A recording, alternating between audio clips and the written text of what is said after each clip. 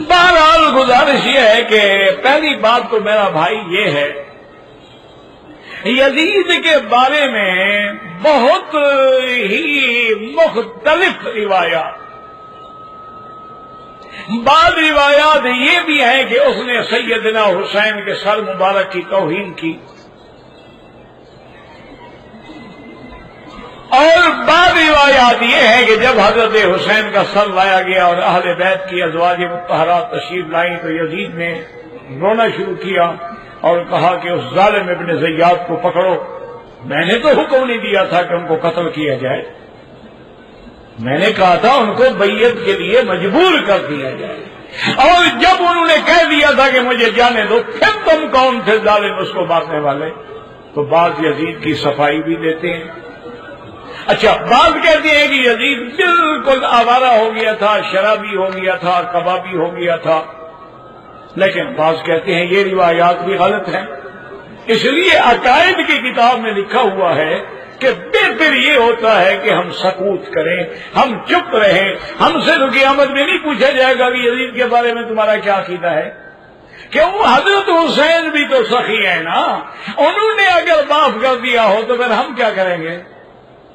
اگر حضرت حسین اپنے قاتل کو معاف کرتے، اگر حضرت حسین اپنے دشمن کو معاف کرتے، جو رشتہ داری تو ہے نا جی، حضرت حسین ابن علی ہے اور یزید ابن معاویہ، معاویہ ابن ابی سفیان ہے، شمر ذوالجوشن جو ہے اس کی بہن حضرت علی کی بیوی ہے ام البنین، جس سے 4 بیٹے ہیں، تو رشتہ داری ہے ان میں، تو وہ بڑے لوگ ہیں، اللہ عالم ان نے معافی کر دیا ہو۔ اسی لیے حضرت امام مالک کو جب کوڑے مارے گئے تو ان کے بعد جب بادشاہ کا بیٹا تخت پہ آیا تو اس نے کہا امام مالک مہربانی کریں، میرے باپ نے زیادتی کی تھی، آپ اتنے کوڑے میری پشت میں مار لیں لیکن میرے باپ کو معاف کر دیں، اب وہ جہنم میں نہ جلے۔ تو آپ نے فرمایا اللہ کے بندے، مجھے تو جب کوڑے مارے گئے میں نے تو اسی وقت معاف کر دیا۔ میں نے کہا کچھ بھی ہو یہ آل رسول ہے جو میں نے ان کو معاف کر دیا۔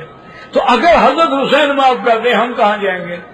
اس لیے علماء نے فرمایا ہے کہ لا یجوز اللعن علی الفاسق والکافر والفاجر کایزیدا، کہ ان پہ لعنت نہ کرو، خاموش رہو، اللہ جانے، اللہ کا معاملہ جانے۔ اگر واقعی وہ مجرم ہے تو سزا بھگتے گا۔ حضرت حسین اور آل رسول کا قتل کو مذاق ہے، کوئی معمولی سی بات ہے، لیکن اگر وہ مجرم نہ ہو اور ہم مجرم بنا کے لانتے کرتے رہے پھر ہمارا کیا حال ہوگا؟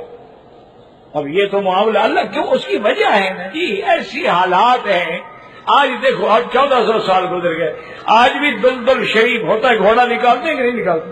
نہیں، اب سارے ہر دنیا یعنی جب ماتم ہوتے ہیں، جلوس نکلتے ہیں، گھوڑا شریف بھی ساتھ ہوتا ہے کہ نہیں ہوتا؟ پہلے یہ تو ثابت کرو حضرت حسین گھوڑے پہ گئے تھے کہ اونٹ پہ گئے تھے؟ آپ کا سفر گھوڑوں پہ تھا کہ اونٹوں پہ تھا؟ پھر اونٹ لے آیا کرو نا، گھوڑا کہاں سے لے آتے ہو؟ اب یہ ایسے معاملات ہیں، کہاں جائیں؟ اس لیے زبان بند رکھیں تو بہتر۔ اب یہ ہے کہتے ہیں جی آپ پہ پانی بند ہوا، پہلے فیصلہ کرو کہ حضرت حسین کس دن روانہ ہوئے ہیں۔ تاریخ یہ بتلاتی ہے کہ جس دن حضرت حسین کربلا پہنچے اسی دن شہید ہو گئے، تو 3 دن کا پانی کیسے بند ہو گیا؟ اب یہ تو ہے نا جی کہ بڑھا دیا ہے زیب داستاں کے لیے، یعنی ہمارے ذاکر وہ تو ایسے ہیں کہ حضرت حسین پہ جب تلوار چل رہی تھی نا، یہ ظالم گن رہے تھے کہ جی تلوار ایک دفعہ کھینچی، پھر دوسری دفعہ کھینچی، پھر تیسری دفعہ کھینچ، ایسا بدبخت کون تھا جو دیکھ رہا تھا؟ یہ تو محض یہ ہوتا ہے نا جی قوم کو رلانا ہو۔ ایک مثال مشہور ہے کہ ایک ذاکر پٹھانوں کے علاقے میں مرثیہ پڑھ رہا تھا، محرم پڑھ رہا تھا، پٹھان سخت قوم ہوتی، وہ روئے نہیں پٹھان۔ اب ذاکروں کو پتا ہوتا ہے کہ اگر میری مرثیے سے کوئی لوگ روئے نا تو مجھے پیسے نہیں ملیں گے، روئیں گے تو کوئی مجھے پیسے دے گا۔ تو آخر اس کو سوچ آئی، اس نے کہا کہ حضرات کیا پوچھتے ہو، حضرت حسین کے خاندان پہ ایسا ظلم ہوا، حضرت کی 4 دن کے لیے نسوار بھی بند ہو گئی۔ اب پٹھان نے ہاں کہ اچھا خدا ہو کیا غلط، نسوار بھی بند کر دیا، حسین کا نسوار نہیں ملا، بس رونا شروع ہو گئے۔ اب ایمان سے کہو حضرت حسین نسوار کا دن، انا للہ و انا الیہ راجعون. دعا کرو اللہ تبارک و تعالی رحم کر. مظفر شمسی ایک ہوتے تھے شیعہ کا بہت بڑا لیڈر تھا، بہت بڑا لیڈر تھا. خود اس نے حضرت اللہ شاہ بخاری رحمۃ اللہ علیہ کو سنا، وہ ختم نبوت میں ہمارے ساتھ تھا. شیعہ ہونا الگ بات ہے لیکن ختم نبوت کے مسئلے پہ ہمارے ساتھ تھا وہ، اور اس نے بڑی قربانیاں دی، بڑی جیلیں کاٹی ہیں اس نے.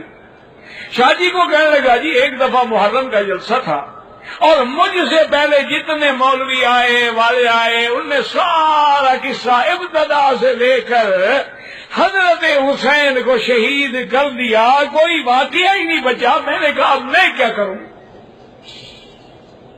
میری تقریر تھی بعد میں، تو انہوں نے حضرت علی اکبر، حضرت علی اصغر، مسلم ابن عقیل، فرزندان مسلم ابن عقیل اور حضرت سارا واقعہ ان مولوی بیان کر گئے.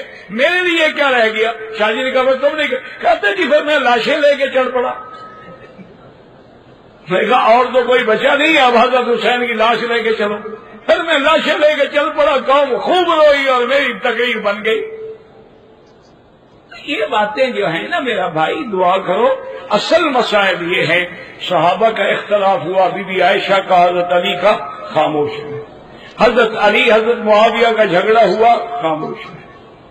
حضرت حسین اور یزید کا جھگڑا ہوا خاموش رہے. کیونکہ یہ معاملے وہ دیکھیں نا، یزید صحابی نہیں ہے لیکن تابی تو ہے.